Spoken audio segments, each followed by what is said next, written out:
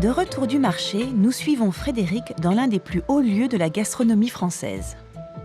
Il rejoint son ami de longue date, Michel, le chef du restaurant de l'Espadon au Ritz, qui le reçoit dans ses cuisines. Michel va créer de nouvelles recettes avec les pommes de terre sculptées de Frédéric. Mais comment travaillent-ils ensemble? Tu as vu, on a sélectionné pas mal de variétés différentes. Enfin là, on n'en a que 4. Donc bah voilà, on va essayer de faire. J'aime à dire, j'aime à penser, j'aime à réaliser justement un lien entre l'art de la sculpture, la découpe sur fruits et légumes et notamment sur pommes de terre et à la grande cuisine. Je pense qu'aujourd'hui, il y a une utilisation possible. Avec un peu, elle sera centrée, peut-être quelques pousses de salade et un petit jus. Avec la Victoria, je pense que ça peut être une belle idée. Ouais.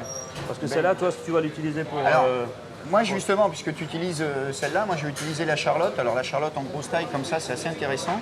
Et je vais te faire une grosse fleur, en fait. Ah ouais, génial. Tu vois, une grosse fleur, mais sans cœur. Sans cœur. Ah oui, il faut savoir que la pomme de terre est quand même le légume qui a le plus de taille dans la cuisine. Là, vous avez les tailles, on va dire, en bâtonnet. Vous avez la pomme cheveux ici. Vous avez la pomme paille. Vous avez la pomme allumette. Vous avez la pomme pont-neuf. Vous avez la série des rondelles. Vous avez la pomme chips. Vous avez la pomme gaufrette.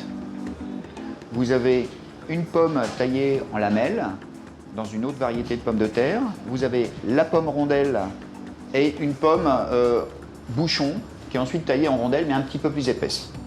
Vous avez là toute la série, et Dieu sait s'il y en a dans la série des pommes tournées. Donc pomme tournée, vous avez la pomme cocotte, vous avez la pomme à l'anglaise, vous avez la pomme château et la dernière, la plus grosse, la pomme fondante. Vous avez la pomme noisette et là, que des créations maison de découpe. Ça, c'est le côté simple.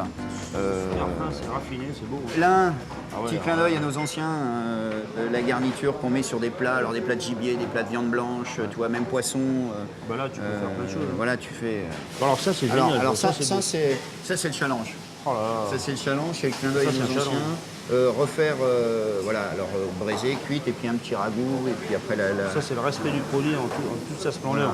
Et là, toi, je verrais bien pour justement, quand on voit bien tout ce beau côté de la fleur, c'est de mettre juste un petit ragoût de Saint-Jacques en bas, c'est de suffire avec une lame pour que ce soit net et précis pour qu'on voit vraiment cette fleur. Quoi. Ouais, et peut-être même, tu vois, regarde, des petites lamelles ou des petites chips de vitelot autour pour faire plein le... de choses. On peut avoir énormément de cuisson avec la pomme de terre, en commençant par la plus connue, la friture, la pomme allumette, mais on peut aussi faire des pommes purées, des pommes confites, des pommes cuites dans un fond blanc, dans un jus.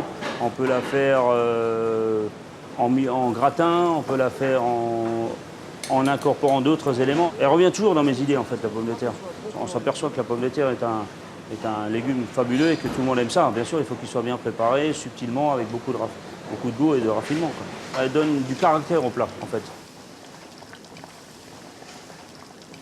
On peut la colorer, on peut la cuire avec des épices, on peut l'agrémenter avec des légumes. Les poissons, les coquillages, les viandes, les gibiers, tout seul, je veux dire, même avec des légumes, avec des salades, je veux dire, la pomme de terre, elle est magique dans tous les plats. La pomme de terre, on la retrouve partout, mais aussi dans les restaurants de luxe.